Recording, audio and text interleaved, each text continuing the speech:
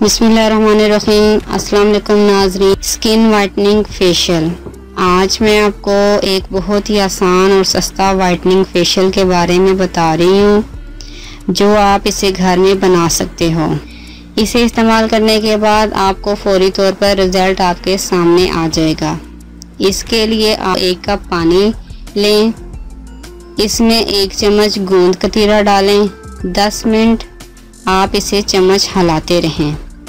10 minute से ज़्यादा ना रखें क्योंकि ये बहुत गाढ़ा हो जाएगा। और इसे आप अपने चेहरे पर अप्लाई करें और 20 मिनट तक लगा रहने दें। फिर ठंडे पानी के साथ मुंह धो लें।